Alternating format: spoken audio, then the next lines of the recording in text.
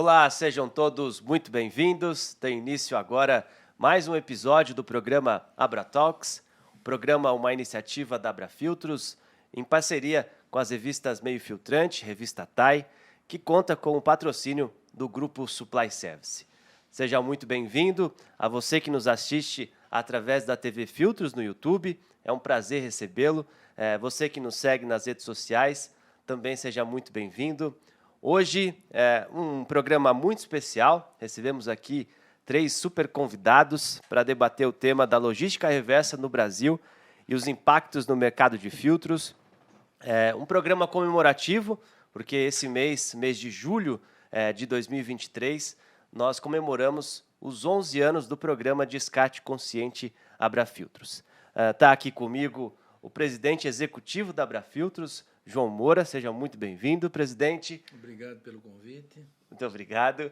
Aqui comigo também o gestor do programa Descarte Consciente Abrafiltros, Marco Antônio Simon. Marco, bem-vindo. Obrigado, é um privilégio estar aqui com vocês. Muito bom. E também o presidente do Grupo Supply Service, seu Davi Siqueira Andrade. Seu Davi, seja muito bem-vindo. Obrigado pelo convite, é uma honra estar aqui com vocês. Muito bom. Um grande bate-papo para falar, como eu disse, sobre a logística reversa aqui no Brasil e os impactos no mercado de filtros.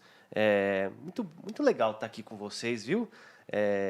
Aprender mais, nós que temos aí essa convivência praticamente diária, falando sobre o programa e promovendo as ações da Abrafiltros.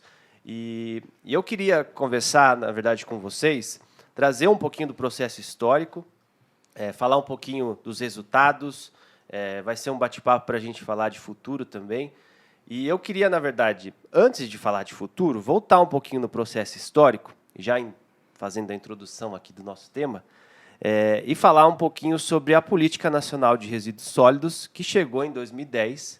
Mas antes de perguntar o porquê o programa só surgiu em 2012, eu queria entender de vocês como que era o cenário da logística reversa, se é que esse era o nome, que se era dado já na época, antes da política nacional. Havia sanções, como se controlavam as coisas. E aí, quem quiser levantar a mão para responder, pode levantar. Marco Antônio, fique à vontade, por favor. Obrigado. Bom, naquela época, o que existia, e é muito interessante, Adriano, você tocar nessa questão, porque às vezes as pessoas não têm a noção de como surgiu a questão da logística reversa. E eu e o seu Moura estivemos com o deputado Arnaldo Jardim, porque havia na época muita dúvida se os filtros estavam incluídos na política nacional, se não estavam. E quem deu a melhor explicação para nós em relação à logística reversa foi o deputado Arnaldo Jardim, junto, na época, com o assessor dele, o José Valverde, né, que hoje está na Secretaria de Meio Ambiente do Estado de São Paulo, dizendo que o que a Política Nacional de Resíduos Sólidos fez naquela época foi reunir os sistemas que já tinham alguma obrigatoriedade do que se entendeu depois como logística reversa, de fazer a reciclagem. Então, por exemplo, a gente cita aí o caso dos óleos, né, o óleo lubrificante usado contaminado. Essa obrigatoriedade da reciclagem veio de resoluções CONAMA, sendo que as primeiras datavam da década de 60. Então, eles pegaram setores que já existiam determinadas regulamentações, colocaram todos embaixo do mesmo guarda-chuva. Muito bom. Seu Davi, era diferente antes e depois? Você que está há mais de 30 anos nesse... Na verdade, esse assunto começou há cerca de uns 30 anos, com o entendimento e formação de grupos de trabalho junto a CONAMA, IBAMA, Fiesp e tantas outras órgãos e autarquias, visando disciplinar o mercado. Começou com uma questão de orientar a disposição de lixo doméstico, industrial, comercial, a orientação para se eliminar os lixões e transformá-los em aterros sanitários. E hoje a gente vê muito falar em logística, basta você estar na rua, nas estradas, você vê centenas, milhares de veículos, caminhões de tudo que é porte, tamanho, com o dizer logística. Sim. Mas é uma atividade muito antiga, parece que mudou o nome, né? Antigamente a gente ia falar em em frete, carreto, transporte, parece que hoje tudo é logística, né? Mas eu acredito que durante o nosso bate-papo nós vamos deixar bem claro esse novo termo, logística reversa. Sim. Logística não é novo, né? É uma coisa já, desde que o mundo é mundo, só dá nome aos fatos, às coisas, mas a logística existe há muito tempo. E eu acho que o que é importante a gente deixar claro aqui, as duas formas da logística, que são a logística pós-venda e pós-consumo. Mas eu acredito que durante o nosso bate-papo nós vamos chegar a isso. Então as diferenças hoje é que antes de uma prática que às vezes até necessária, que você precisava fazer, como por exemplo a logística de um bujão de gás, ele se exauriu, esvaziou, e você precisa devolver o bujão para ter um novo. Sim. Então, o que aconteceu no ano de 2010 com a publicação da Lei 12.305 é que tornou a logística uma obrigação. Então, hoje, certos setores da indústria têm a obrigação de implantá-la. Mas nós vamos falar sobre isso no decorrer do nosso bate-papo aqui, tratando desses 11 anos do programa Descarte Consciente da Abrafiltros. E parece assim, já uma década já se passou, iniciamos uma nova década, né, com tantos frutos, bons frutos colhidos. Exatamente, seu Davi. E aí, entrando no programa Descarte Consciente, Abrafiltros, ele nasce em 2012 para atender a exigência da lei. E aí, seu Moura, eu sei que você foi um dos pilares aí da construção e da formatação do programa. Qual foi o maior desafio na conscientização do setor de filtros para que eles abraçassem, incorporassem a ideia e aceitassem o projeto, enfim? Bom, na verdade, Adriano, o Abrafiltros nasceu com uma preocupação muito focada em sustentabilidade. Então, partindo daí, foi fácil, foi uma oportunidade que nós tivemos na época em função da lei, e diante dessa possibilidade que foi viável trazer o descarte junto, né, aos nossos associados na época. Sim. Então, foi uma oportunidade que nós tivemos para poder fazer o descarte na Abrafiltros. Então, isso aí nós tivemos a oportunidade de conhecer o Davi na época. Eu conheci o Davi através do seu Helmut, que é o nosso vice-presidente, foi vários anos o nosso vice-presidente, mais de uma década. Hoje é membro do conselho, né? Sim. E foi através do Helmut que nós conseguimos, né, aprender um pouco do que o Davi acabou de dizer, né? Na verdade, isso, né, uma coisa bem simples de falar assim, numa posição bem simples, é limpeza. Então, o que nós fizemos na época foi conscientizar todos da importância, né, que nós tínhamos que fazer com os filtros, né, que nada mais do que uma limpeza. Você pega, coleta o filtro, você lava o filtro, limpa o filtro e você recicla os materiais que você pode trazer para a cadeia produtiva novamente. Então, para nós, foi uma oportunidade que nós tivemos de implantar esse trabalho. Muito bom. E seu Marco Antônio foi também um dos idealizadores aí na construção desse programa. Olha, eu cheguei num segundo momento mesmo, porque assim, quando o Moura me chamou, né, ele falou: Marco Antônio, nós temos aqui um problema na situação, que a gente precisa de uma solução e eu creio que você vai ser a pessoa que vai resolver. E eu não entendia nada de meio ambiente na época, eu já tinha feito projetos governamentais, eu tenho uma expertise bastante grande nessa área, e eu achei interessante que eu falei: seu Moura, mas eu sou de comunicação, isso para mim me parece uma coisa técnica. Ele falou: mas é justamente o que a gente precisa. A gente precisa de comunicação porque o nosso setor é um setor desconhecido.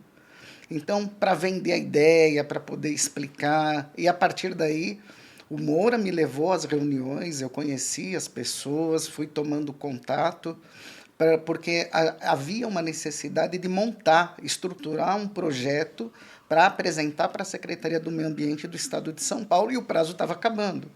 Por que São Paulo? Porque São Paulo foi a primeira a implementar a lei pro filtro. Foi a primeira. Né? Nós tivemos a resolução SMA 024, que foi a primeira resolução que falava já de filtro do óleo lubrificante entre os resíduos alvo da logística reversa, mas essa foi uma resolução que ela saiu um pouco esquisita, porque naquela época fazia-se muito confusão com PEV, isto, aquilo. Então ela logo foi substituída pela resolução SMA 038, isso em 2011, e em função disso, né, quando o Moura me chamou, a Abrafiltros já sabia o que queria fazer. O que faltava era colocar no papel. Então, quer dizer, o Davi, que está aqui ao lado, já estava inserido no contexto, a associação sabia como fazer, mas tinha uma dificuldade de fazer esse projeto. E aí foi muito grande com o auxílio, orientação do seu Moura. Né, na verdade, nós propusemos, né, um piloto. Então, esse piloto, e como nós não éramos conhecidos, o pessoal da Secretaria do Meio Ambiente e da CETESB, eles não enxergavam a gente como uma entidade que podia fazer aquilo que nós comentávamos que iríamos fazer nas reuniões. Isso para nós foi muito importante, porque o Davi ele trouxe essa base. Quando a gente começou a conversar com o Davi, eu conheci a Supply e vi o que precisava para que nós pudéssemos fazer. Então, para todos que nós conversávamos, era simples fazer. Só que nós tínhamos um problema com documentação. Então, todo mundo fazia reciclagem, todo mundo queria fazer reciclagem. Só que ninguém tinha os pré-requisitos para poder fazer isso. Sim. Então, quem trouxe o pré-requisito para a associação, para viabilizar a associação, foi a empresa do Davi. Porque todos os documentos que nós iríamos precisar, eles nos apresentavam. Então, as outras empresas que queriam entrar no sistema, eles não tinham condição, porque não tinha todos os documentos. Sim. Tinha um grupo de documentos, né, Marco Antônio, e faltava um outro grupo de documentos.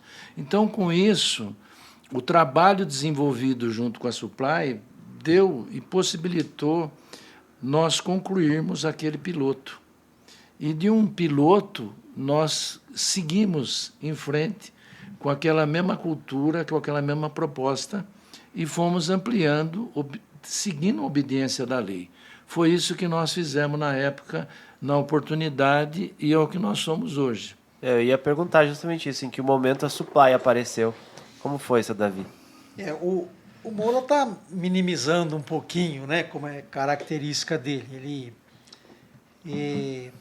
Mas você vê, nós falamos aqui que a publicação da Política Nacional de Resíduos Sólidos foi em 2010, o programa começou em 2012, mas trabalhando já com bases de 2011, né, Marco Antônio? Que em 2012 coletamos... O piloto, né? Mas já coletando do ano anterior, né? E aí você pergunta, mas se era de 2010, por que começou em 2012? Na verdade, assim, muito antes da publicação da lei, já havia preocupação da Abrafiltros, e aí eu sou, assim, só tenho elogios a fazer aos fabricantes de filtros, que acreditaram no propósito, deram credibilidade à Abrafiltros, na pessoa do João Moura, do seu Helmut e todos os integrantes. Essas empresas, que naquele momento, não são todas que hoje estão, eram um início, né? Que antes se anteciparam à lei, porque não fosse as tratativas anteriores, você não estaria iniciando 2012 com base em 2011, numa lei que saiu em 2010. E não foi assim, ele fala o projeto piloto, mas não foi empírico, porque, primeiro, porque você vê, a lei, o que ela fez? Ela deu definições e ficou estabelecido um acordo setorial, incluindo fabricante, importador, distribuidor, comerciante, quanto à implantação de uma responsabilidade compartilhada pelo ciclo de vida de produto. Então, não é só o fabricante, era bem mais amplo. E esse entendimento o Moura já tinha, a Abrafiltros já tinha e levou para todos. Então, dessa forma, órgãos públicos e empresas deveriam promover a ação de redução de volume de resíduos sólidos, rejeitos, diminuindo também os impactos à saúde humana e ao meio ambiente. E aí é onde aparece a logística reversa. Então, aqui nós estamos começando a falar no que eles falam. Nós temos que fazer a logística reversa para atender esses preceitos. Sim. Então, dependendo do setor que uma empresa atua, ela tem que implantar uma política de logística reversa. E agora não mais um desejo, um marketing. A partir dessa publicação, é uma obrigação. E estamos falando aqui de fabricantes, importadores, distribuidores e também do consumidor. E deu diretrizes. E nessa aqui, em 2010, ela mencionou alguns setores. E note que interessante. Aqui tinha agrotóxico, pilha, bateria, pneus, óleo, lubrificantes, seus resíduos e embalagem. Aqui não falava de filtro. Tá? Produtos eletroeletrônicos e seus componentes. Veja aqui, ó. Óleos, lubrificantes, seus resíduos e embalagem. Não menciona filtro.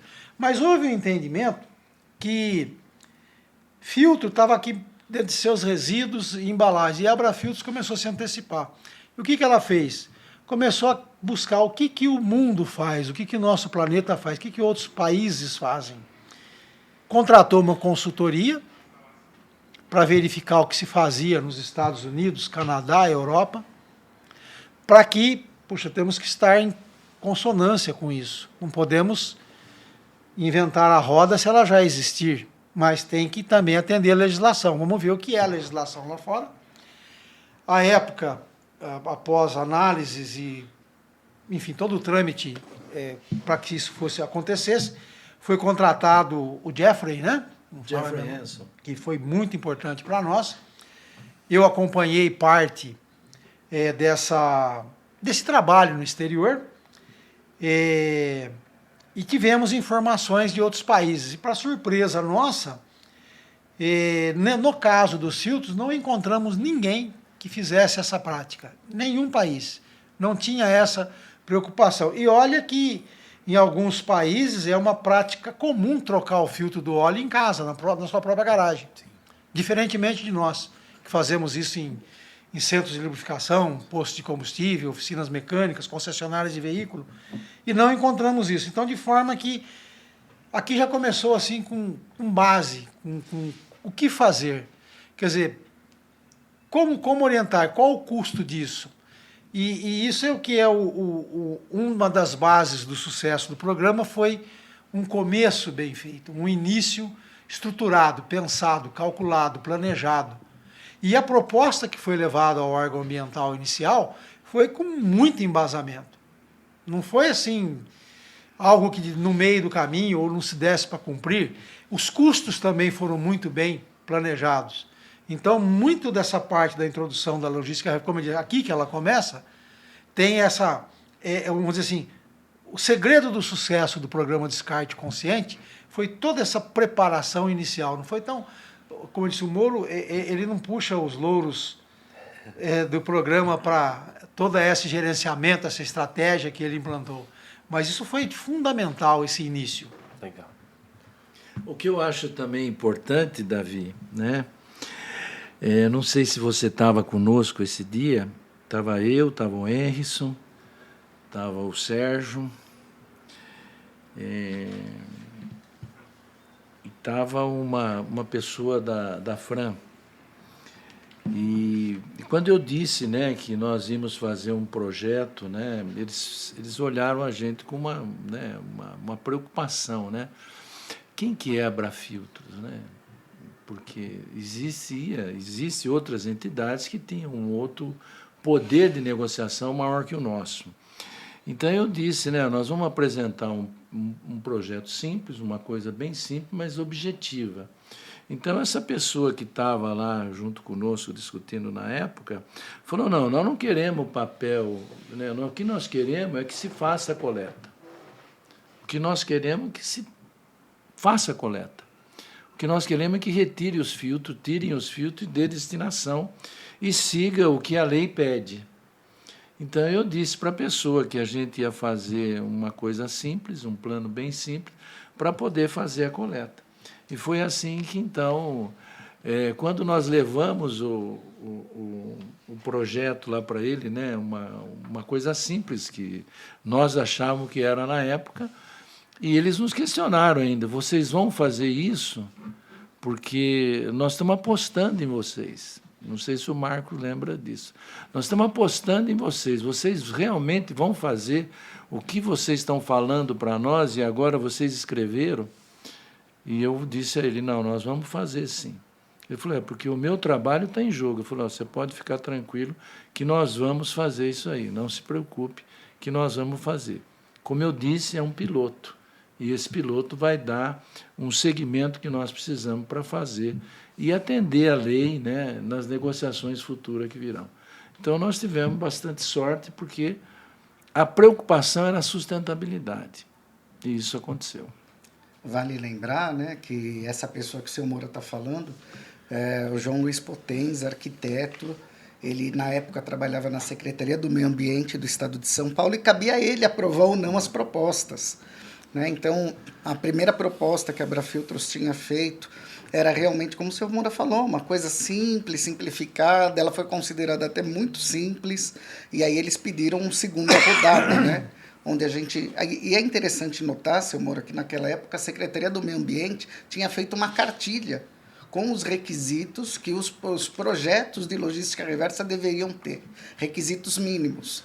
E eu lembro que foram muitos livros, muitas coisas, cartilhas. Eu falava com a Secretaria do Meio Ambiente quase todo dia. E eu não posso esquecer aqui, né, o guia do seu Moura, porque foi fundamental na parte do que diz respeito aos filtros. Para mim ainda eram coisas muito novas, né? A Supply Service, com todo o conhecimento na área de logística. Então, o senhor Davi, o Paulo Gonçalves, na época foi muito importante, foram esses três. E a gente se falava assim, né, seu Moura, era praticamente o dia inteiro.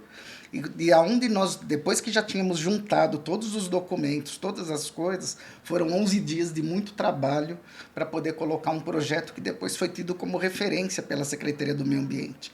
E o que o senhor Moura falou é muito certo. Potenza falou, olha, estou apostando as fichas em vocês. Por quê? Tem uma curiosidade. Como nós não tínhamos nada relacionado à logística reversa, no setor de filtros, era uma novidade, eles aceitaram que nós fizéssemos esse piloto e nós começamos com metas 3% no primeiro ano, 6% no segundo, 10% no terceiro, 12% no quarto ano, que eram metas consideradas baixas.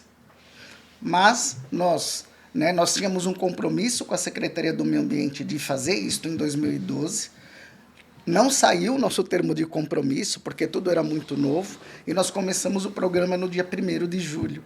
O termo de compromisso só foi ser assinado em dezembro. Então, a Secretaria do Meio Ambiente viu isso com muitos bons olhos, porque eles não nos conheciam, como o seu Moura falou. Nós andávamos, a gente era meio patinho feio, né, da logística, porque todo mundo se conhecia, e a gente andava lá no meio, e conhecia um, o pessoal olhava meio desconfiado, quem é esse pessoal, né, seu Moura? Então foi muito bacana, sabe? Foi muito trabalhoso, nós fizemos readequações. Para você ter uma ideia, na época, coletávamos por mês cerca de 10 toneladas, depois aumentamos um pouco, previsão inicial eram 10 municípios, aumentamos para 12. Então, assim, nós cumprimos aquele primeiro ano em 6 meses, porque a gente começou em julho, só que a gente tinha se comprometido com a Secretaria de uma meta que englobasse o ano. Então, tudo isso foi assim, um start muito... que trouxe destaque para o nosso programa, e esse destaque se perpetua até hoje. Muito bom. E aí, essa base, como vocês trouxeram, foi muito importante. Quando a gente olha para os dias atuais, ela também se manteve, né? Ela foi importante para dar a estrutura inicial, e agora vocês fazem, entre aspas, a manutenção de uma coisa que vem dando certo ao longo do tempo. Como que foi criada a sua parte mais técnica, de logística, do tratamento? Como que funciona para quem está nos assistindo? E a parte da gestão da Abrafiltros? Como que funciona? Eu gostaria de colocar algumas detalhes aqui, mas aí quem vai poder dizer melhor é o Marco Antônio, o Moura, mas basicamente assim. Então nós falamos da origem da logística reversa, né, que passou a ser uma exigência, e a grande diferença que a Lei 12.305 trouxe foi no artigo 33, que define que os fabricantes, distribuidores, comerciantes e importadores, né, que eles são obrigados a estruturar e implementar o sistema de logística reversa mediante o retorno de produtos após o uso pelo consumidor, de forma independente do serviço público. Nós falamos aquilo que a coleta pública não mais faz, da limpeza urbana, né? E do manejo de resíduos sólidos, correto? Então, isso já ficou claro que é uma exigência legal e que a Abrafiltros entendeu muito antes de se tornar lei. E que a logística, para que ela seja possível, é uma responsabilidade compartilhada, que nós já falamos, entre cidadão, setor privado, os órgãos públicos. O cidadão, enquanto consumidor, sua responsabilidade, seu dever é entregar os resíduos que utilizou nas condições solicitadas e nos locais definidos pelo sistema de logística. O setor privado, que é o outro envolvido aqui pela legislação, definido e figurado, né? A responsabilidade é fazer uma gestão ambientalmente correta dos resíduos sólidos, e é possível de ações através na reincorporação na cadeia de produção, reciclagem, reuso, né?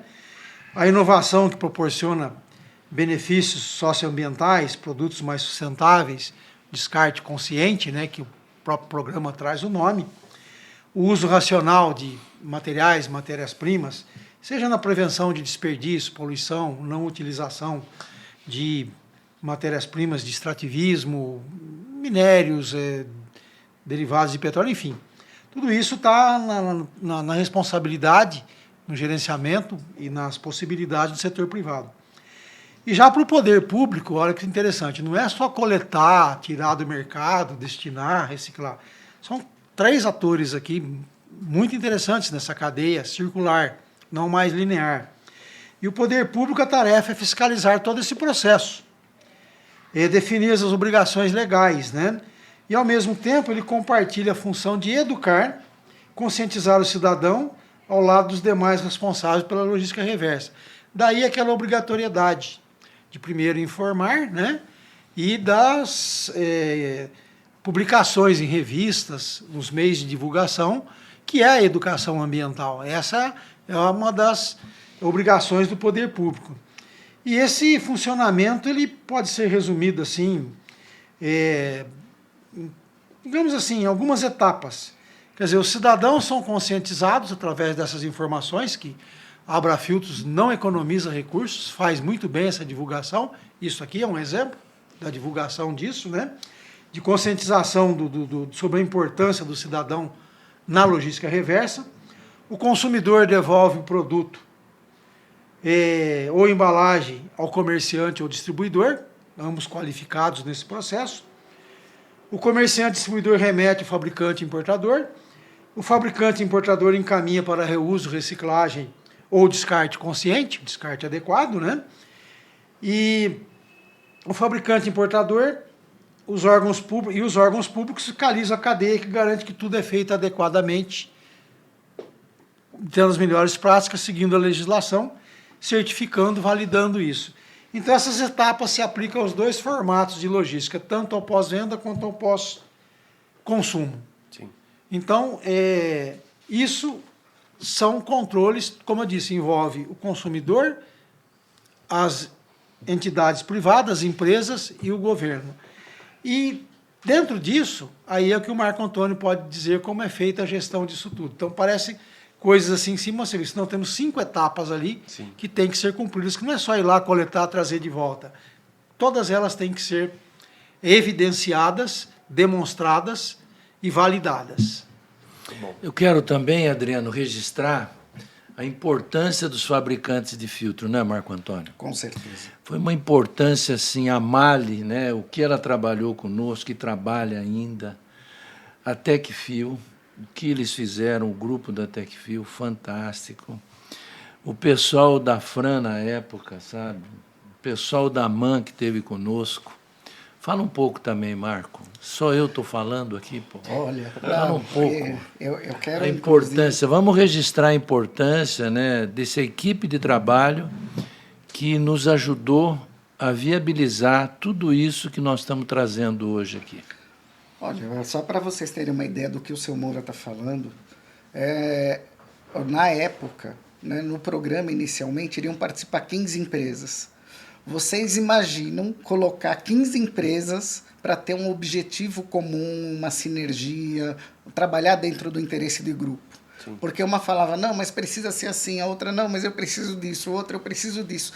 Então, assim, o grande mérito, e aqui eu quero dizer para o nosso capitão, o que foi, inclusive, reconhecido pela Secretaria do Meio Ambiente, porque eles ficaram, assim, surpresos com a agilidade e a velocidade que a Abrafiltros conseguiu implementar o programa. E o que eles consideram como um fator, assim, principal, a conscientização e o trabalho de união dessas empresas. Por quê? Porque interesse de grupo, interesse Marco de Antônio. grupo. Vamos bater interesse de grupo. Se você reunir 15 empresas e falar, vai todo mundo trabalhar assim, é muito difícil. Sim. Então, assim, isto foi fundamental para esse sucesso, né? Então, essa conscientização do setor, porque existe uma questão legal, né? Nós temos que estar amparados numa legislação, mas ainda naquele tempo em que pese haver uma obrigatoriedade, o pessoal enxergava isso como voluntário. Então, das 15 empresas, no início 13 assinaram o primeiro termo de compromisso, nós seguimos e esse começo não foi fácil, porque as pessoas achavam, né, as empresas achavam que iam ter algum tipo de benefício fiscal, tributário, ia ter uma fiscalização ostensiva, que não aconteceu nesses primeiros anos. Então, assim, todo esse trabalho teve muito à frente assim, da diretoria da Abrafiltros, no sentido de conscientizar as empresas que nós estávamos no caminho certo. Então, a regulamentação efetiva só veio em 2018. Então, você imagina que de 2012 a 2018, nós enfrentamos até algumas turbulências, né, seu Moura? O pessoal nos questionava, mas isso vai pegar? Porque é só no Brasil que tem isso. Será que essa lei vai pegar? E a gente é educação, disse, educação, né? Foi a educação que nós trouxemos para o setor. Sim. Então, isso foi muito importante. Então, concluindo aí, né, as informações do Davi aí, a gente está tentando, né, trazer esse tipo de orientação para que a gente possa fazer o trabalho tão bem feito como está sendo realizado. Então, foi essa introdução que é muito importante para nós. Sim. Em Abrafiltros, na questão da gestão, Adriano, ela atua como entidade gestora. Então, ela é que conversa com a Secretaria do Meio Ambiente, né, para que os fabricantes, os importadores, os nossos associados possam cumprir as legislações de logística reversa. Então, ela tem um papel muito importante. Não é a Abrafiltros que precisa reciclar o filtro, né? Então, a responsabilidade dos fabricantes, a partir do momento que a empresa entra conosco, nós assumimos tudo isso. Ela só tem a obrigação de atender a necessidade das informações que nós precisamos de cada empresa, os dados de comercialização, como muito bem falou o seu Davi, e a partir daí fazer né, arcar com os custos, tanto os custos de gestão quanto os custos de logística reversa, que são proporcionais àquilo que ela coloca no mercado. Então, ela não paga nem mais nem menos, ela paga o justo.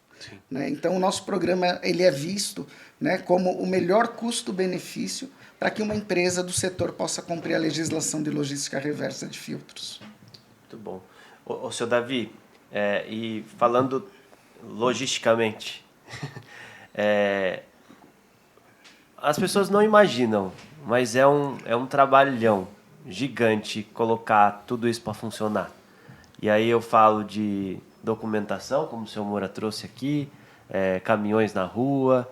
Como que funciona essa organização na Supply? É a parte mais burocrática. Desafios, dificuldades, traz um panorama para a gente. Como diz o nosso presidente, o João Moura, o trabalho dá trabalho, né? Mas só para concluir aqui, uma coisa que eu acho isso importante, separar, como eu disse, virou um certo modismo, logística, mas vamos falar de logística reversa, a logística pós-venda e pós-consumo. Então, para ficar claro, pós-venda é aquela coisa que a gente já faz há muitos anos, né? Uma pós-venda por N razões, né? Um produto foi entregue errado, uma avaria no transporte, você comprou, não gostou, não caiu bem, ganhou um presente, uma camisa, e aí você experimentou, não serviu, você vai na loja, vai lá, a gente chama de troca, né, ou devolução. Então isso é uma logística reversa pós-venda. Não foi utilizado ou foi usado muito pouco, um defeito, alguma coisa assim. E já o pós-consumo, o produto em questão foi adquirido, utilizado, descartado pelo consumidor, seja pelo termo da vida útil, porque a validade chegou ao fim, sendo considerado impróprio para o consumo a que se destinava inicialmente. Né? Então essa é a logística que está em questão, e que, da mesma forma do pós-venda, o pós-consumo, a empresa tem que se preparar para receber. Né? Então, só que no nosso caso aqui, onde entra agora todo esse trabalho, esse detalhamento, no pós-consumo, a estratégia empregada depende das condições em que o produto retorna à indústria, retorna à casa, à cadeia. Né? Se há condições de uso, se o bem pode ser reutilizado, tudo isso foi analisado desde o início para os filtros. Levou um pouquinho de tempo para ser implantado, porque estava avaliando, não basta ser coletor e faz o quê? Sim. Então isso foi analisado. Se chegou ao fim da vida útil, quer dizer, obviamente, aí é uma questão. O filtro, quando ele é trocado, ele não chegou ao fim da vida útil. Ele poderia estar ali, mas é em função de se prevenir as condições de uso, bom funcionamento de um motor, da lubrificação, é que ele é trocado antes do fim da vida útil. Então veja que interessante. Sim. Ele não chegou ao fim da vida útil.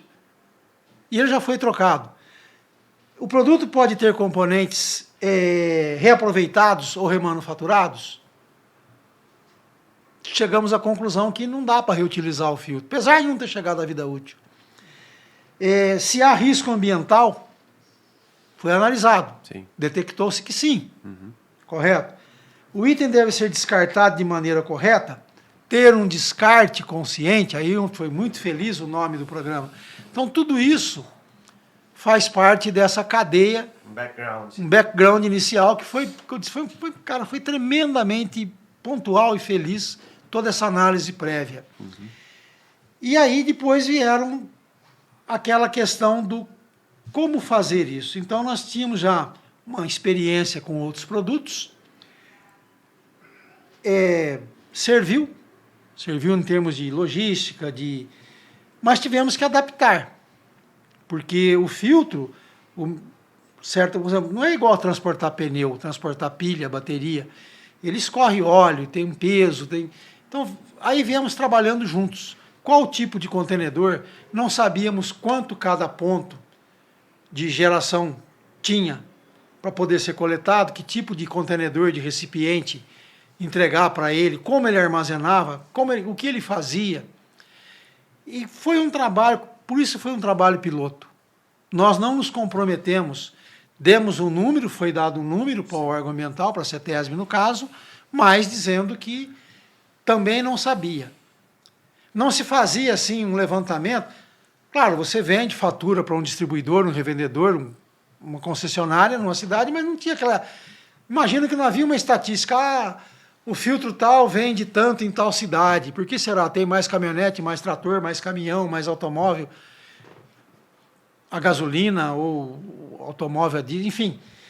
E aí começou as empresas também a conhecer o seu mercado. Onde eu vendo qual tipo de filtro. E para nós também começou a ser importante, porque nós começamos a dimensionar os contenedores. Quanto gera um posto que tem troca de óleo de beira de estrada, um posto de cidade grande, cidade interior, posto rural, oficina mecânica de automóvel, de caminhonete, concessionária de caminhões de grande porte. Hoje nós temos um entendimento, nós sabemos. Sim. Abrir um novo ponto, abrir um novo município, a gente já sabe, vai direto, já direcionando tudo certinho, tudo conhecido. O início foi até mesmo como começamos desmontando filtro por filtro, unidade por unidade. Vocês acompanharam, chegaram a ver.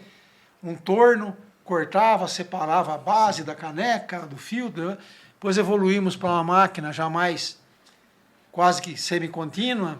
Era semi-contínua, tentávamos uma máquina contínua, não conseguimos fabricante. Tentamos buscar em feiras no exterior. Até que chegamos ao processo que traz hoje a trituração do filtro, que faz a separação do metal do elemento filtrante e do óleo. Sim. O metal, ele sai contaminado com óleo, da forma com que ele sai, que ele é obtido, não é aceito pela indústria siderúrgica. Ele tem que ser lavado, descontaminado. Esse óleo que é removido, nós também recuperamos junto com o óleo que está contido no filtro, que ele não esgota totalmente. Esse óleo, ele é o aluque, que nós chamamos o óleo lubrificante usado contaminado. Ele é re-refinado. Nossa empresa é um dos 11 re-refinadores existentes no Brasil. O re-refino é feito pela própria Supply Service, então não sai dali. O elemento filtrante, ele tem um alto poder calorífero, por conter bastante óleo mineral. Ele é enviado à indústria de cimento, às cimenteiras. Ele entra na parte de combustível da indústria cimenteira para gerar calor. E olha que interessante, ele, ao mesmo tempo que ele gera calor substituindo o combustível fóssil, ele deixa de utilizar derivado de petróleo, apesar do óleo ser um derivado de petróleo, mas não é mais um de extração, ele já estava ali mesmo, né? Ele queima, gera calor, e as cinzas da celulose, do elemento filtrante, que ali ficam, são incorporadas ao clinker e se transformam em cimento. Então, aí nós entramos, o óleo virou lubrificante novamente, foi refinado por nós, vendido a indústrias de lubrificantes. O metal virou outra vez ferro e aço. O óleo virou, que foi impregnado no papel filtro, virou calor, e cinzas, que virou cimento. Aí nós entramos lá, atendemos perfeitamente a lei de Lavoisier. Nada se cria, nada se perde. Graças ao descarte consciente, virou tudo outra vez totalmente inserido na cadeia, atendendo aos princípios da política nacional em 100% da política nacional de resíduos sólidos. É um trabalho que, depois o Marco Antônio vai dizer o que mudou ao longo desses 11 anos, as novidades que entraram, mas para vocês terem uma ideia, nós atendemos hoje no estado de São Paulo, dos 645 municípios, 194 municípios, 30% dos municípios. No Paraná, 64 municípios, dos 399. No Espírito Santo, atendemos 37 dos 78 municípios. No Mato Grosso, atendemos 63 dos 79 municípios. Coletamos hoje uma média mensal de 110 toneladas no estado de São Paulo, 35 toneladas no Paraná, 27 toneladas no Espírito Santo, 23 toneladas no Mato Grosso do Sul, totalizando aí 192 toneladas mês. Isso em unidades dá quanto, Marco Antônio? Nossa, unidades... Quando ele faz a conta, quando você faz a conta, é legal perceber, né? Em 2012, a média era 10 toneladas.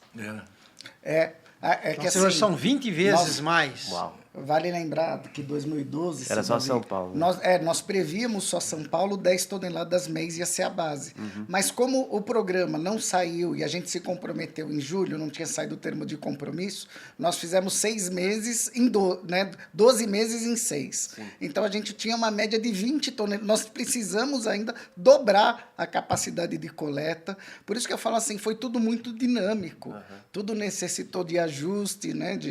Comparativamente... É uma proporção grande. É o que ele falou, né? São 20 vezes hoje.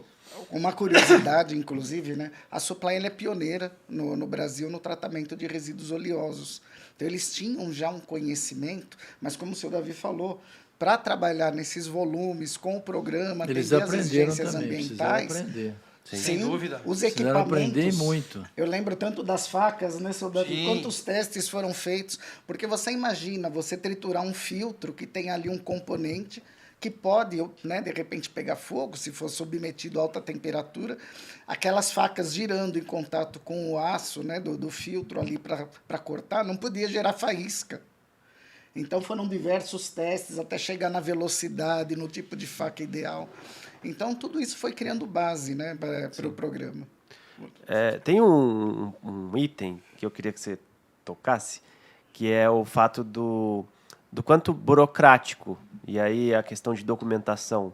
Por exemplo, para um caminhão rodar, quantas certificações, documentos, licenças ele e o motorista precisam?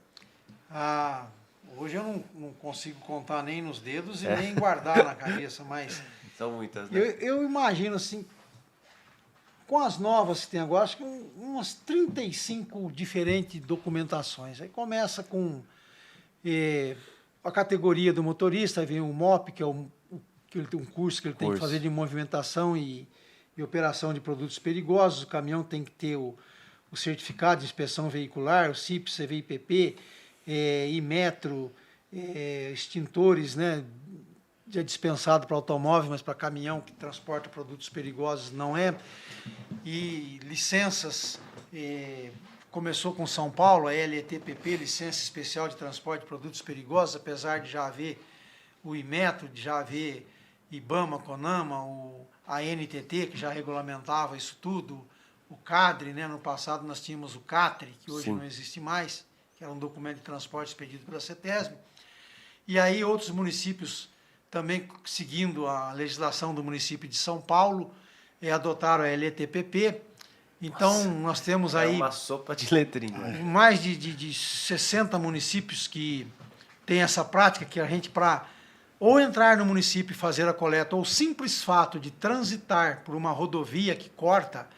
Um exemplo, você pode estar, por exemplo, assim, transitando por Cajamar, um exemplo. Você não tem coleta para fazer lá, mas para ir para Jundiaí, você passa na rodovia Anhanguera ou Bandeirantes, que está dentro do município de Cajamar. O simples fato de você transitar pela rodovia, que tem parte dela no município, você tem que tirar a licença ali por ser exigência do município. Então, nós temos, cada veículo nosso tem uma pasta com centenas de folhas carregando todas essas licenças. A Abrafiltros acompanha também, né, Marco? Sim, nós temos que prestar conta, porque se formos multados, vocês, na verdade, os responsáveis por isso, que são os gestores desse programa, dessa coleta, são vocês, né? Sim, sim. Os responsáveis são vocês. Serão tão penalizados quanto nós. E são... Isso é interessante, né? É pesado, mas é tratado como crime ambiental, passível de prisão e multas milionárias. Sim. O simples fato de você transitar sem ter essa licença, por ser uma licença ambiental, é crime...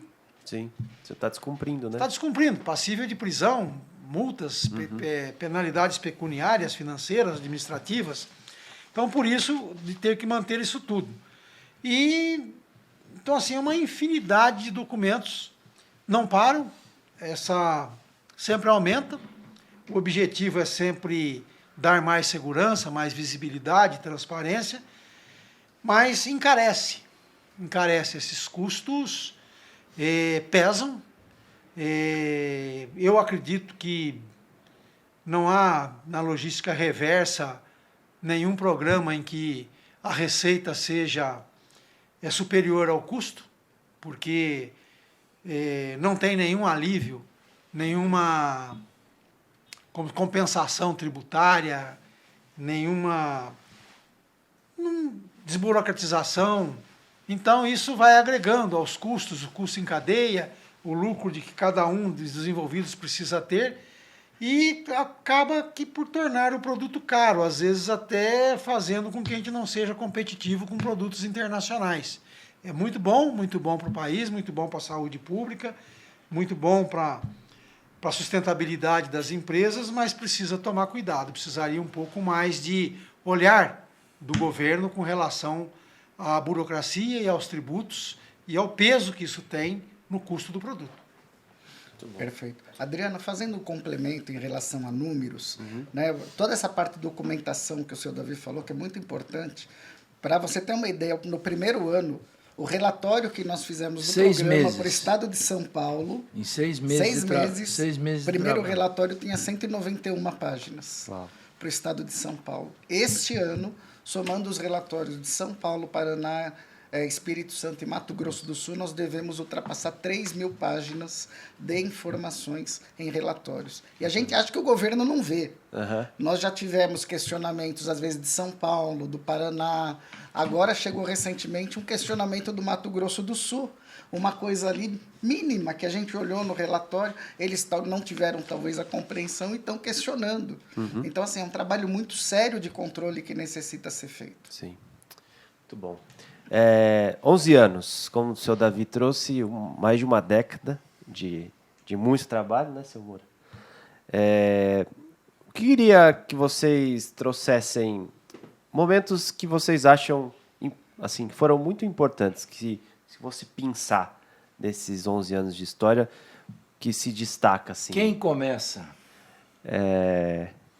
Isso é importante, hein? Boa pergunta.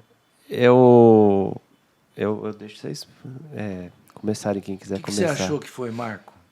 Seu Moura, eu acho que um dos momentos assim que foi muito marcante foi quando nós fizemos a assinatura em dezembro de 2012 do nosso primeiro termo de compromisso. Estavam lá as outras entidades que já tinham conhecimento com a CETESB, e aí o senhor pode falar com mais propriedade quando nós fomos recebidos pelo Bruno Covas, pelo secretário de Meio Ambiente, porque ninguém conhecia de filtro. Né? E ele deu um apoio assim fantástico para nós ali no início. Então, por favor, senhor Moura, eu acho que esse foi um dos momentos... Não, antes de eu falar, eu gostaria que o Davi falasse. Davi, o que você achou importante? Nesses 11 anos, o primeiro deles todo, o entendimento da Abrafiltros, através do Moura, do Helmut, né? E os demais que ali estavam, de empresários que mesmo sabendo que isso teria um custo, ainda assim entenderam a importância. Isso foi fundamental. Um outro ponto, as pessoas da CETESB que abraçaram essa causa no sentido de trabalhar junto, estudar junto. Um ponto fundamental, o entendimento de que aquele que nós aprendemos ou fazemos pelo amor ou pela dor, quando se colocou como condicionante de licença, apresentar, porque muitas empresas, cada um defendendo o seu negócio, é muito difícil se manter como empresa, não sei se no mundo inteiro, mas no Brasil em especial é muito complicado, é difícil, a gente sempre tenta reduzir custos ao máximo, até onde dá, e só fazer mesmo quando não tem mais jeito.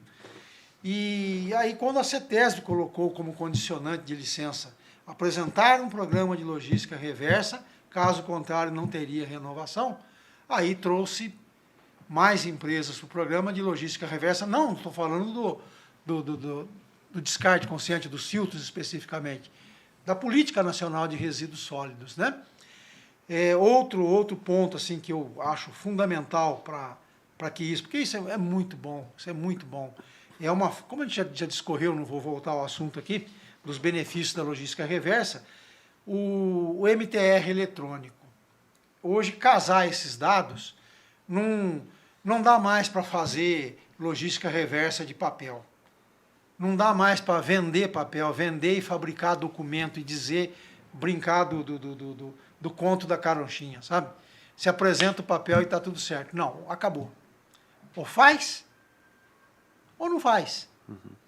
Ou cumpre-se a meta ou não cumpre, porque agora, desde o gerador, o transporte, o recebimento, declaração de movimentação de resíduos trimestral, anual, tem que ser casado. O produto tem que ser aquele. Então, acho que agora a gente vai viver um cenário bem diferente e vai disciplinar realmente a questão. Muito bom. E aí, seu Moura? Olha, eu acho que tudo isso que nós falamos, a coisa mais importante foi a união. Eu acho que nós tivemos, nós fomos muito felizes com as pessoas da época, nós fomos muito felizes com o pessoal da CETESB, da Secretaria do Meio Ambiente, nós fomos muito felizes com a equipe que nós tínhamos na época, e depois nós tivemos uma oportunidade assim, sabe, que foi a decisão que foi o Bruno Covas. Porque o Bruno Covas, ele veio e ele falou: o que vocês precisarem, nós estamos à disposição. E numa das conversas que nós tivemos lá na CETESB, o Bruno Covas me levou na sala dele, no escritório dele, gabinete, né? Sim. E ele disse assim: senta, você aceita uma água, um café? Não, obrigado. Tal. O que você precisa? Eu falei: olha, eu vou precisar de ajuda. Ele falou: então você já tem tudo. Agora depende de vocês. Vão e façam aquilo que vocês propuseram a fazer. Gostei do grupo de vocês, gostei da equipe, a história é uma história bonita e continue esse trabalho. Então, acho que isso foi muito importante para nós. Eu acho que nós soubemos usar, na hora certa, acho que as palavras que nós fizemos uma educação dentro da Abrafiltros, que foi o interesse de grupo, foi uma delas, que nós criamos e trouxemos. Consenso, né? Um outro, o consenso é muito importante, marca própria foi uma coisa também que nós, por não sabermos nada do que nós íamos fazer, não tínhamos experiência nenhuma, era um desejo que você agregava com sustentabilidade, mas você não enxergava o que estava lá na frente. Você não tinha condição de ver. E você, então, em negociações que nós fizemos, eu me lembro que essa negociação tinha uma porção de gente, eles se assustaram, nós precisamos mudar de sala, de tanta gente que trabalhava com filtro foi lá. O Marco, né, falou ainda há pouco, mas foi muito importante quando nós começamos a mostrar para eles que nós tínhamos que trabalhar com marca própria. Então, eu acho que isso foi uma união importante. Os fabricantes foram muito importantes para nós. Gostaria, depois, que você falasse o nome de todos, para a gente não ser injusto com ninguém. Eu acho que aquela equipe que estava lá aquele dia na CETESB, a equipe lá do meio ambiente, e todos que estavam interessados em fazer o descarte dar certo. Então, acho que nós fomos muito felizes nas palavras-chave e jargões que nós trouxemos aí. Muito bom. Excelente. E essa questão, né, desses 11 anos, como o seu Moura bem retratou, né, para a gente ter uma ideia do quanto isso representa para nós. No primeiro ano do programa em São Paulo, nós reciclamos 357 mil filtros. Hoje, a gente recicla por mês 516 mil filtros. Olha. Por mês. Mais de 500 mil. Então, nós estamos aqui nesse programa e tenho a grata satisfação de anunciar que nós ultrapassamos, desde o início do programa, 34 milhões de filtros reciclados. Legal. Então, hoje, nós temos 33 empresas que participam do programa, né? Fica aqui o nosso agradecimento especial a cada uma delas. Né? São 33 empresas. Nos 10 anos do programa, nós tínhamos 24. Né? Então, você vê assim, a gente agora, em 11 anos, a gente pulou agora para essas 33 empresas, outras virão. Nós temos aí mais de 15 empresas gravitando em torno de uma adesão ao nosso programa. E isso é fruto também, como eu quero aqui também destacar, da receptividade que a gente tem dos órgãos ambientais. Porque é muito interessante mostrar uma coisa, né? O filtro não é um resíduo que passa na mão do consumidor. Ele passa na mão do mecânico, do frentista. Então, é interessante que cada vez que a gente vai apresentar o programa para um órgão ambiental, lâmpada eles têm uma noção, embalagem, tudo aquilo ali eles veem. Mas o filtro é novidade. E quando a gente mostra essa história, né, rica, de 11 anos, o olho deles brilha. Sabe? Eles falam, poxa, é um resíduo assim que a gente não faz nem ideia e alcançou essa magnitude. Então, isso trouxe, né, o próprio mercado nos deu, né, um respeito muito grande por aquilo que nós estamos fazendo. E eu sou grato a todos vocês que fazem Abrafiltros. Muito bom. O Sr. Davi tocou num ponto, nesse período histórico, que foi uma certa resistência das empresas na adesão ao programa, aí algumas medidas foram meio que tidas como solução. Por exemplo, a renovação está vinculada à logística reversa. O que impede os estados, aí olhando para o governo, de implementarem a lei? Por que isso é tão gradativo? A gente tem uma previsão, acho que de Maranhão, né? Tem. Assim, eu creio que eu possa responder isso com propriedade pelo maior contato com os órgãos ambientais. Hoje, o nosso programa, nós estamos falando dos filtros do óleo lubrificante automotivo, desses filtros usados. Há outros filtros que no futuro, com certeza, serão também alvo de logística reversa. Mas nós temos que entender que existe a questão legal e precisa ter uma legislação. Então, quando o Estado vai legislar a questão da logística reversa, ele olha na Política Nacional de Resíduos Sólidos e ele vai naqueles resíduos que estão lá. Sim. O filtro do óleo lubrificante automotivo não consta. Então, o filtro ele é uma novidade. Então, por precisar haver uma regulamentação estadual para inserir o filtro, muitas vezes eles desconhecem. E aí eles tomam contato com o nosso programa através dessa divulgação. Inclusive, Adriano, parabéns pelo trabalho. O Adriano é o nosso gerente de comunicação e marketing. E fica aqui uma parte, porque hoje não é só fazer a logística, o processo. Hoje tudo é mais complexo. Existe todo um cruzamento de informações, existe a questão da comunicação que está sendo cada vez mais valorizada. Você tem que dar publicidade ao termo de compromisso. Então, também marcaram muito, seu humor, as capas da revista Meio Filtrante, a quem fica aqui também o nosso agradecimento. 10, 20, 30 anos, e esse crescimento exponencial. Né? Então, nós temos toda uma gama de prestadores de serviço. Não somos nós três aqui que fazemos o programa. Sim. Nós temos que ter área jurídica, nós temos que ter comunicação, financeiro, administrativo, área ambiental, toda a parte da logística. Então, é um esforço muito grande para fazer tudo isso acontecer. Que bom. E o que pode ainda, complementando o que o Marco Antônio está falando aí, nós estamos em 4 estados.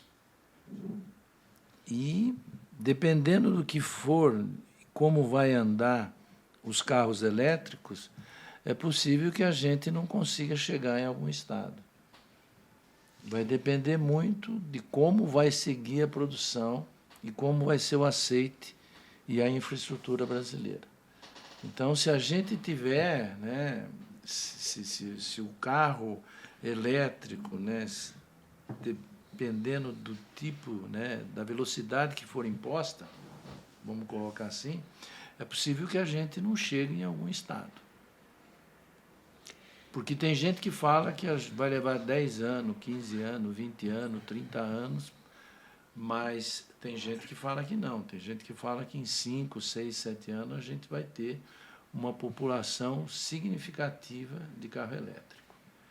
Então, é possível, né, que algum estado faça um outro tipo de trabalho, dê algum tipo de incentivo para que você compre um carro elétrico quando você for fazer a aquisição de um veículo, né, independente do porte dele, leve, médio, pesado. Então, existe essa preocupação no próprio mercado, se isso vai ocorrer ou não. Em paralelo, pode ser também que eu não sei o que vocês acham disso, né? Fui questionado recentemente, foi por isso que eu questionei e coloquei dessa forma aqui. Nós estamos em 4, nós temos 22 ainda e um Distrito Federal. Então, existe a possibilidade de nós não chegarmos com a coleta em algum desses estados. Vai depender muito, né, evidentemente, do que vai acontecer aí na carruagem, né? Talvez a gente chegue com outro tipo de filtro, quem sabe? Pode ser. Filtro de ar. Pode ser. Pode ser. E há a questão também de que, como o Estado também, os órgãos públicos e empresas devem promover as ações de implantação da logística reversa, eles têm responsabilidades também. Eles também têm que prestar contas. Eles também são questionados por Ministério Público, órgãos os quais eles têm que prestar conta. Sim. Eles têm que criar legislação, estrutura, têm que responder às partes interessadas, né, aos atores, aos agentes de todo esse circuito, e nem sempre eles estão preparados. Isso envolve, um exemplo simples, quando se criou esse sistema de informação que estava se testando, enviar os dados das coletas, vou até citar aqui, quando nós enviamos para a CETESB as primeiras informações antes de estar ainda implantado o MTR eletrônico, com todos os estudos que foram feitos, com tudo que tinha, nós travamos o sistema da CETESB. E com tanta experiência que se tem, eles não tinham noção do tamanho que era, travou o sistema. Sim. Tivemos que ficar à parte, dados, né, seu Davi, tivemos que ficar à parte, fazer em Excel, para depois eles acharem, contratar empresa para ajustarem um meio de importar aquilo para dentro do SIGOR, perdão, correto? Então imagina um estado que não está tão habilitado ainda com isso, cria um sistema, a coisa não funciona, e aí como é que fica? Sim. Né? Nós temos exemplo de estado em que a Abrafiltros atua sem ter assinado um termo de compromisso. Por livre e espontânea vontade, mera deliberalidade. Até hoje, já anos se passaram, e eles ainda não conseguiram implantar um sistema para... Então, é complicado para o Estado. Mas eles têm por obrigação de fazer. Sim. Existe dois a motivos, legislação, né? Existe a legislação. Uma hora Os ou outra eles fabricantes vão estão ser cumprindo. penalizados. Eu acho- Não acredito, não penso, não é que eu não acredito, não penso como Moura, no sentido de que não atingiremos alguns estados. Nós iremos sim, porque eles têm prazo, eles serão cobrados, tem resíduos que são aqueles que visam ser reintroduzidos à cadeia produtiva e tem aqueles que são questões ambientais. Eles estão envolvidos em duas questões aí que o Estado precisa atender. Então, uma hora ou outra, eles serão cobrados e terão que correr atrás. Sim. É bom deixar claro que não é uma opinião minha, né? Não. É o que o mercado traz para nós todo Sim, dia, sim. né? Que do jeito que está indo, tem gente que acha, né? Tem setores que acham que o carro elétrico não vai ter a velocidade que está lá fora, que tem lá fora, né? Que ele vai ser um pouco mais lento. Então isso pode acontecer, né? Mas só o tempo vai dizer, né? Só o tempo vai dizer. Eu acho que o senhor Davi tocou num ponto que foi essa, na verdade, necessidade de adaptação que a gente tem sido forçado a exercer em relação à transformação digital. O Marco Antônio, recentemente, nós contratamos uma empresa para nos ajudar no processo de inserção de dados nos programas do governo. Como tem sido? A gente até relatou isso no nosso vídeo institucional comemorativo aos 10 anos do programa, a estrutura da Supply, com os caminhões todos já com uma tecnologia avançada. Como tem sido o processo, não só em relação ao governo, mas também na prática, com a tecnologia? O avanço da tecnologia, a transformação, a inovação? Bom, eu vejo que é um movimento que está acontecendo com mais força. Começou o ano passado, São Paulo e Paraná implementaram plataformas digitais, sistemas digitais, porque até então você tinha o relatório, nós imprimíamos o relatório e entregávamos esse relatório para a CETESB. Depois, e aqui eu estou tomando como base a CETESB, porque a CETESB é que foi, né, ao longo desses anos, o elemento, né, o catalisador das mudanças. Ela que foi trazendo algumas novidades, algumas coisas que depois foram, inclusive, adaptadas por outros estados, né? E é interessante notar que no começo nós imprimíamos o relatório e entregávamos. Tanta informação que eles falaram, gente, por favor, a gente não tem onde guardar. Né, os volumes foram ficando cada vez maiores. A partir daí, eles padronizaram uma planilha em Excel com diversas abas, onde todos os sistemas deveriam preencher aquelas informações. E, a partir deste ano, já foi um preenchimento online. Então, já não é mais a questão de você pegar e enviar uma planilha em Excel. Você vai preencher dentro do sistema. O SIGOR ele é dividido em módulos, né? Então, esse módulo do MTR, que é o Manifesto de Transporte de Resíduos, eletrônico no caso, né? Que você faz todo ali o preenchimento. Então, essa parte a Supply faz muito bem. E existe agora, esse ano, o módulo da logística reversa, onde você faz a inserção tanto do plano de logística reversa, quanto também do relatório. Então, você preenche todos aqueles quesitos. E nós, inclusive, estamos contribuindo. São Paulo e Paraná, então, lançaram esses meios digitais. Uhum. E como o Davi falou, é tudo ainda incipiente. Apesar de todo o trabalho, toda a estruturação, as plataformas ainda estão em adequação. Então, inicialmente, era para ter saído isso em março, depois foi prorrogado para o mês de junho, agora foi prorrogado para o mês de julho. Mas nós já tínhamos todas as informações desde o final de fevereiro, né, do nosso programa. Então, desde o início de março, a gente já estava alimentando a plataforma e a gente faz esse trabalho em conjunto com o governo, verificar as oportunidades de melhoria. E o futuro é esse, Adriano. O futuro vai ser tudo digital, porque isso é que vai propiciar o quê? A rastreabilidade do resíduo. Não tem volta nisso aí. Ninguém mais vai trabalhar, vamos dizer, num sistema analógico com papel. Que o Davi trouxe nessa E isso, inclusive, vai auxiliar na fiscalização. Porque vale lembrar que a CETESB, o Estado do Paraná, Mato Grosso do Sul, eles olham pelo CNPJ para saber se aquela empresa está ou não executando a logística reversa. E nós temos multas que podem variar de 5 mil a 50 milhões de reais, no caso de descumprimento. Então, isso cada vez mais, esse cenário, ele vai apertar. Né? Essa fiscalização foi muito solicitada por todos os setores lá no início e ela está acontecendo. Sim. Então, é uma transformação motivada pela tecnologia. Seu Davi, quer complementar? A gente tem essa questão agora dos veículos elétricos, né? Qual é o futuro dos filtros. Toda inovação é um desafio. E vamos aí aguardar o futuro, né? Eu espero estar presente aí para ver como isso vai ficar. Acredito bastante nessa questão. A gente viu, acho que nós que vivemos esses últimos 30 anos, vimos muito mais coisas do que quem viveu 100 anos aí no século passado. Então, acho que nada mais surpreende. Tomara isso venha contribuir para um ambiente melhor, um mundo melhor, um planeta mais limpo, né?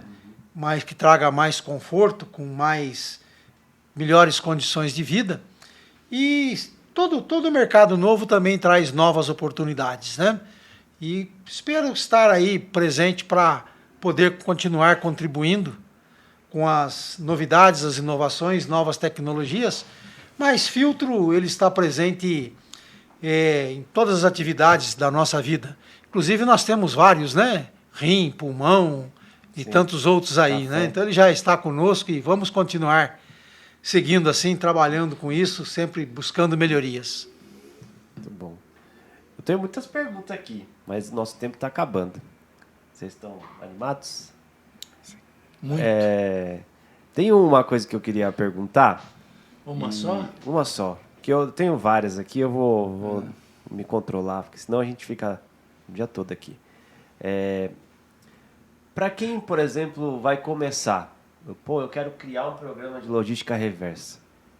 A gente tem 3 grandes atores nesse processo. Marco na gestão, seu Davi na prática e seu Moura institucionalmente falando. Que dica vocês dariam para quem está começando? Seja uma entidade, seja uma gestão de coleta e você mais uma parte administrativa, digamos assim. Um de cada vez. Bom, pode falar vocês.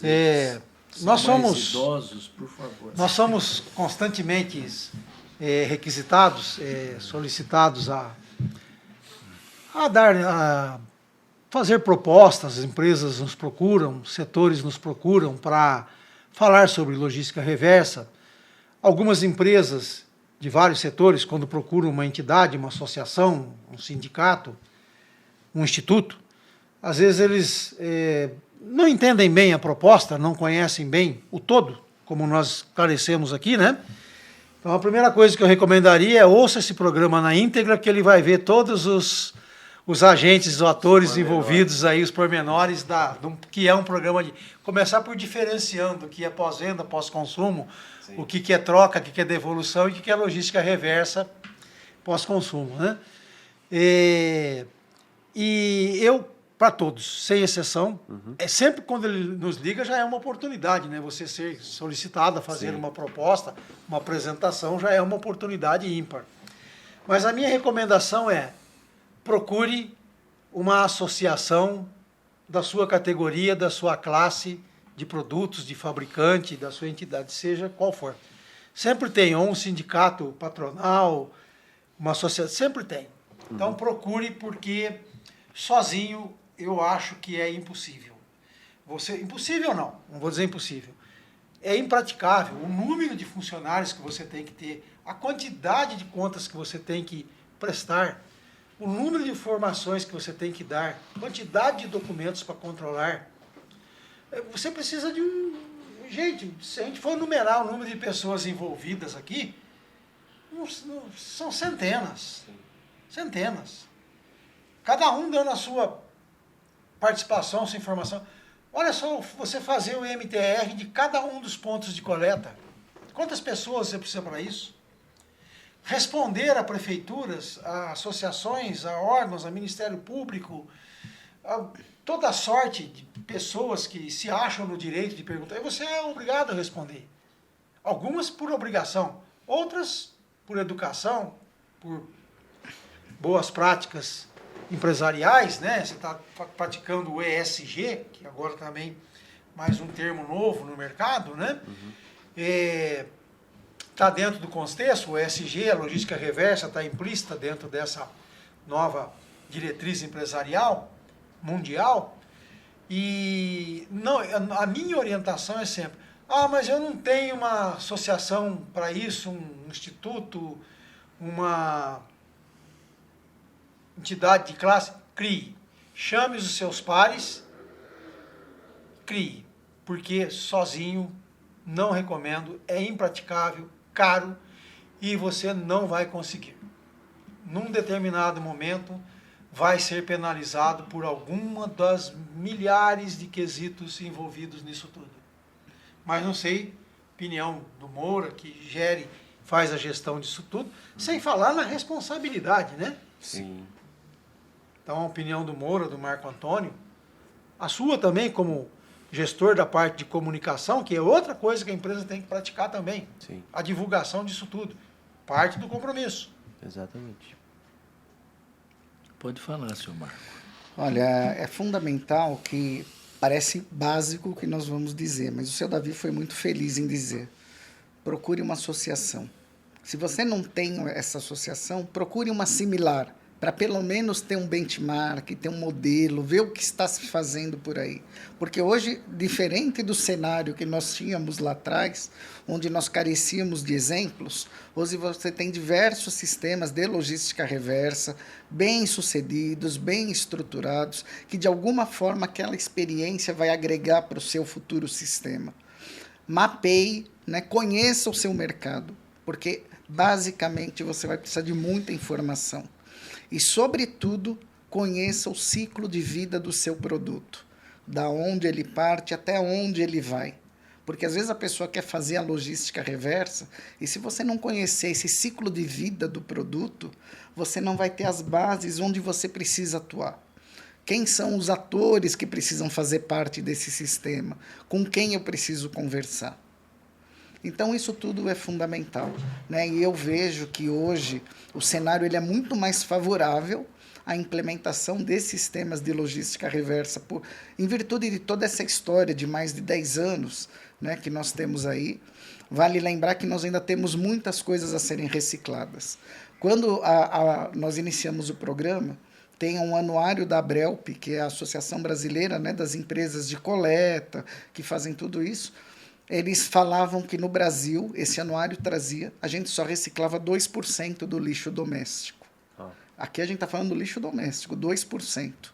10 anos depois, com toda essa movimentação, hoje nós dobramos isso, 4%, o estudo. Então, assim, o Brasil ainda tem muito caminho, ainda tem que andar bastante na questão da reciclagem, e eu faço aqui agora um destaque para os números do nosso programa, porque vocês veem, se no Brasil a gente fala em torno de 4%, na questão do filtro do óleo usado, do lubrificante automotivo no nosso setor, hoje a gente recicla 30% no estado de São Paulo, daquilo que as empresas associadas colocam no mercado, 26% no estado do Paraná, 19% no Espírito Santo e 59% no Mato Grosso do Sul. Tudo isso envolve questões logísticas, viabilidade técnica, viabilidade econômica. Por exemplo, Mato Grosso do Sul, para vocês verem como cada estado tem uma realidade. Né? O Mato Grosso do Sul é um dos estados com menor índice demográfico por quilômetro quadrado. Então, você precisa lá andar muito para conseguir coletar uma quantidade significativa de filtros. Então, é por isso que a gente precisa ter um percentual mais elevado para atingir um custo, né, que pague o programa. Então, assim, cada estado vai apresentar um desafio, cada cenário vai apresentar uma realidade. Então, assim, parta do começo de questões onde o braço pode alcançar e vai crescendo gradativamente. Mas faça todo esse mapeamento, porque ele vai ser fundamental para o seu sistema de logística reversa ser bem sucedido. Como gerir interesses, consenso, tudo nesse processo de implantação? Eu penso assim, eu acho que é necessidade. Eu acho que é tudo uma questão de necessidade. E o Davi, eu reforço, foi muito feliz quando ele disse para quem tiver interesse ouvir, né? Tudo que nós estamos falando aqui. Ele citou o caso dos botijões de gás, tá? E tantos outros, para não ser longo. Mas eu acho que o caminho mais certo é a necessidade. Se você observar o que a história registrou, e eu converso isso, né, não tanto hoje, mas no passado a gente conversava muito, porque tinha tempo e hoje a gente fica correndo atrás do tempo. O homem ele cria, o homem ele destrói, mas a necessidade faz o homem construir de novo. Então é um ciclo muito grande e importante na nossa cadeia produtiva. Então eu acho que você criar alguma coisa, que nem criou a empresa que ele tem, a estrutura que tem, né? Foi numa época, e dentro daquela época, me corrija se eu estiver errado, ele foi fazendo as coisas. Ele precisava de alguma coisa, de alguma máquina, de algum recurso, ele criava aquele recurso, ele fazia aquele recurso, né? Então eu acho que é isso, é a necessidade que faz você criar, que faz você fazer. E quando você tem sorte, dentro desse momento, dessa situação, a juntar pessoas que descubram o interesse de grupo, vai ficando cada vez mais fácil. Exato. Porque aí entra na prática e na teoria do Marco Antônio. Conhecendo o produto, entendendo o produto, trabalhando o produto, ver a consequência. Porque hoje, na época que nós estamos, tem empresas que não acham importante reciclar um produto. É mais fácil deixar no canto. Sim. É mais fácil enterrar. Tem empresas que fazem isso. Davi citou, nós somos nos Estados Unidos. Os caras não fazem o que nós fazemos aqui. Mas com certeza faz uma outra coisa que beneficia também. E que dá destino para aquilo de uma outra forma. O que a gente precisa é ter responsabilidade com aquilo que a gente faz. Uhum. E quando você consegue somar tudo isso, você consegue fazer. É o que a gente vem fazendo e vem impondo desde que nós nascemos como Abrafiltro. Sustentabilidade era importante para nós, interesse de grupo era muito importante para nós, definir aquilo que nós precisamos fazer, que foi marca própria. Então, acho que tudo é um momento. Eu vejo dessa forma. Do mesmo jeito que nós construímos, nós destruímos e aproveitamos de novo para relembrar que nós temos que voltar a construir de novo. É um ciclo isso. Um ciclo. Muito bom. Acho que fica aqui o convite, né, para que assista novamente não só esse programa, mas a gente tem outros programas, fizemos outros programas comemorativos às conquistas do descarte, né? No ano passado, onde fizemos os 10 anos, tem muito material, temos um book comemorativo também, que foi produzido. Então, tem muita informação que a gente necessita compartilhar e quer compartilhar com vocês. e vale a pena vocês navegarem por esse conteúdo. Vou para a pergunta final e aí eu quero que vocês me digam o que vocês esperam, falando de futuro, daqui 10 anos, tanto para o lado pessoal ou profissional dos seus negócios e profissional pessoalmente falando, se isso fizer sentido. Como que vocês imaginam estar ou que a sociedade estará? O que vocês desejam? Breves palavras. Existe uma máxima, né, que o interesse econômico não pode se sobrepor ao interesse ambiental. E quando a gente fala, o seu Davi abordou muito bem, a logística reversa é custo. Ela tem um custo, mas que todo mundo tenha a consciência que, se nós não tivermos esse custo econômico, o nosso custo vai ser muito maior do ponto de vista de saúde, né, da questão de disponibilidade de água, a qualidade do nosso ar. Os aterros sanitários no Brasil todos estão com prazo de validade. Então, a logística reversa vem a fazer o quê? Ao invés de você colocar aquele material num aterro sanitário, né, você reutilizar aquilo que é possível. Então, você cada vez menos, a tendência é que a gente utilize menos o aterro sanitário e utilize mais materiais recicláveis. O custo é maior? Mas não tenha dúvida que nós vamos pagar um custo muito mais elevado se não agirmos. Então, o que eu penso daqui a 10 anos, né, do ponto de vista do programa, é que a gente siga com essas bases, se adaptando às necessidades legais, ambientais, governamentais que estão surgindo. Né? A Abrafiltros tem essa capacidade, tem uma diretoria proativa, tem uma presidência proativa, que sabe reconhecer, né, a necessidade de novos investimentos que serão necessários. A gente falou agora da questão da tecnologia, cada vez mais vamos ter que investir em tecnologia, mas que a gente consiga manter essa base do programa, né, que é fazer as coisas, fazer com responsabilidade, fazer bem feito, porque o reconhecimento disso é consequência. Né? Um trabalho bem feito ele vai ser reconhecido e a gente não tem que fazer pelo reconhecimento, tem que fazer porque é necessário. Então eu espero, Adriano, daqui a 10 anos, que em termos de consciência ambiental, que os meus filhos possam ter um mundo mais justo, um mundo mais equilibrado ambientalmente falando, onde eles tenham uma condição melhor de vida, sabe? Isso preocupa por demais. A gente vê a questão do avanço da poluição, a questão hídrica, que o Brasil, há muitos anos, há 15 anos que teríamos falta de água no Brasil, iam falar, poxa, a pessoa é doida. E a gente vê que essa realidade está na nossa porta. Então, a gente precisa agir. Então, eu espero que daqui a 10 anos a gente consiga olhar lá atrás e falar, tomamos as medidas necessárias para fazer desse planeta um planeta melhor. Muito bom. E pessoal? Você não falou nada, pessoal. Os filhos? Os filhos? Quer cabelo? Não, Bom, os próximos 10 anos, primeiro de tudo, como eu me vejo, eu pretendia me ver novamente aqui, né? Mesmo que fosse aqui conversando com vocês, né? Gostaria marca aí. Marca aí, vamos fazer essa agenda aí. Isso. Mas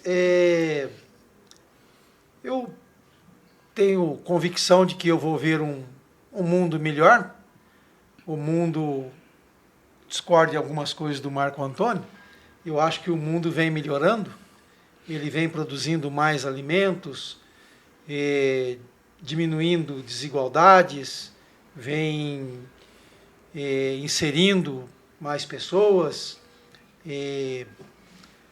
diminuindo certas doenças básicas, como o próprio saneamento básico, coisas muito simples que podem ser resolvidas, que ficou relegado a um segundo plano, e hoje há um entendimento de que com pouco custo se traz grandes benefícios. Vejo assim, eu vislumbro um mundo menos desigual daqui a 10 anos. Espero estar como empresa reciclando bateria dos carros elétricos que tanto falam. Legal. Eu particularmente não tenho essa convicção de que vai ser com essa velocidade que tanto propagam, mas é uma realidade. e que a gente tenha assim, realmente uma consciência melhor de como fazer os produtos. Hoje em dia, eu há muitos anos atrás vi uma frase que eu não me lembro de quem era, mas que dizia que chaminés devem mostrar vigor industrial e não irresponsabilidade empresarial. Isso vem sendo feito. Hoje, com todas as normas, todos os controles, todas as exigências, tudo que a gente tem que fazer, isso mudou muito esse cenário. A indústria não é mais a indústria poluidora que era. A indústria hoje ela tem que se andar dentro das... Enfim, tudo. E agora com o que ela coloca na rua. Então isso também já é um passo além, não só no momento da produção, mas também daquilo que é. Do que o produto promove, não se fala mais aí nas regulações, nas Anvisas, nos órgãos de controle da qualidade de produto. Muitas coisas que nós levamos não sei quantas décadas para descobrir os malefícios do cigarro. Mas hoje, muito rapidamente, você descobre já, ou às vezes nem lança, já antes de lançar você já sabe o malefício e aquilo não é nem aprovado. Sim. Então eu vejo assim, os próximos 10 anos, estar tanto como empresa, como pessoa, como família, já vou ter netas formadas aí em diferentes áreas. Então eu quero estar aqui para viver isso. Isso aí, muito bom. Mas, seu Moura, não vai chorar, hein? Não. Porque se eu falar, eu choro. Não, eu queria dizer, eu não vou, né? Eu fui feliz aqui hoje nesse encontro porque profissionalmente dentro da Abrafiltros, o Marco Antônio falou bem e eu acho que o Davi também. O que eu vou repetir aqui, outros já falaram e outros continuarão a falar, né? Falando, né? Melhor. Eu quero continuar a ser útil. Isso mesmo. Então, se eu for útil, já está bom. E quero que Deus me dê muita saúde. Para o mundo dos negócios, a gente tem que entender que a gente envelhece. As empresas não podem envelhecer. As empresas têm que estar sempre jovens. Né? Então, eu acho que a tecnologia está aí, tudo está aí para se fazer. E tem empresas que estão aproveitando as mudanças, a modernidade, a tecnologia, o avanço de tudo que está acontecendo. Mas eu acho que nós, infelizmente, né, felizmente ou infelizmente, a gente não sabe, né, se colocar, mas porque um acha que a vida acabou, outros acham que a vida não acaba, uns acham que não tem que morrer, outros falam que a morte é um desperdício e por aí vai. Mas eu acho que a gente tem que dar espaço, né? Eu acho que as empresas precisam de gente jovem, precisam se reciclar e acompanhar toda a mudança e modernidade que o mundo vai oferecer diuturnamente. E eu também concordo com o Davi que nós estamos vivendo um mundo melhor. Embora exista uma corrente muito forte dizendo que a gente está num mundo horrível, num mundo cheio de problemas.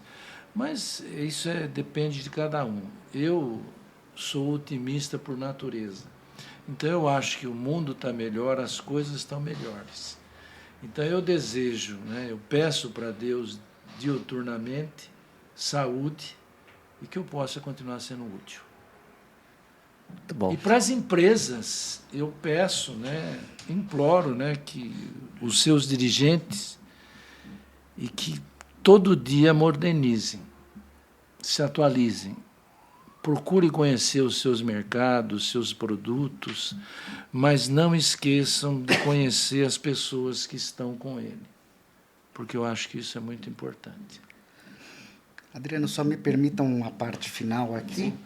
Uma coisa que eu vejo com muito otimismo, e eu acho assim, fantástico, a conscientização ambiental hoje é muito maior do que era, por exemplo, quando eu era criança. Hoje, na escola, já desde pequenininho, eles já falam de meio ambiente, da importância da preservação ambiental. Você vê filho na rua falando, pai, não joga o papel no lixo, no chão. O papel tem que jogar no lixo. Então, assim, eu vejo que essa conscientização ambiental, ela foi ampliada, né? Os consumidores estão mais exigentes. Muitas vezes eles deixam de comprar de determinada empresa porque ela não pratica as questões ambientais. Né? E que eu espero que toda essa conscientização, cada vez mais, como foi colocado aqui, se traduza em ações. Nós estamos fazendo já, né? Estamos caminhando, mas eu vejo que temos ainda muito a caminhar, a evoluir. Mas eu já fico muito feliz de ver que o que a gente está plantando hoje aqui vai fazer a diferença amanhã. Não só para nós, mas para as futuras gerações. Muito bom. Ficaríamos aqui por mais horas e horas, mas o nosso tempo acabou. Quero agradecê-los por esse bate-papo. Com toda certeza ele se soma a essa imensidão de conteúdo que a gente oferece para esclarecer e disseminar o trabalho que vem sendo feito não só pela Abrafiltros, mas também em prol da logística reversa no Brasil.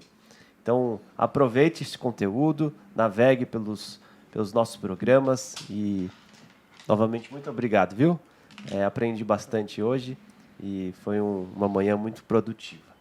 Nós que agradecemos. Valeu. Obrigado. Obrigado a você também. Bom, esse foi o 5º episódio, comemorativo aos 11 anos do programa Descarte Consciente Abrafiltros. Nossos agradecimentos aqui a toda a presidência, a diretoria da Abrafiltros pelo apoio, pelo suporte, a nossa equipe administrativa. Agradecer aos nossos apoiadores, Revista Meio Filtrante, Revista TAI, que nos ajudam nessa iniciativa. O Grupo Supply Service, na pessoa do seu Davi, pelo patrocínio do nosso programa. E também a TV Filtros, que faz toda a divulgação e veicula os nossos episódios na plataforma do YouTube. Fique atento aos próximos episódios e até a próxima. Tchau, tchau.